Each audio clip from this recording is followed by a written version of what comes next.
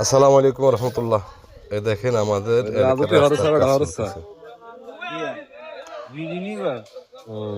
দেখেন কি অবস্থায় এই গাড়িটা উঠতেছে, এমন ভাবে উঠে, কিভাবে উঠেছে? কি শক্তি এই গাড়িটার গার মধ্যে।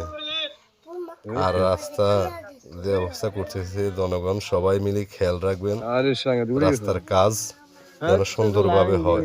এটা সরকারি কাজ, সবাই কোনো সমস্যা দেখলে বাধা দিতে পারবেন। আর দেখেন এই জমিটা কি অবস্থা করছে।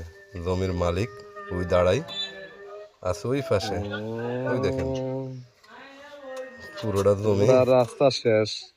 ধরেন না, এই সিজনে আর দান করণ যাবে না।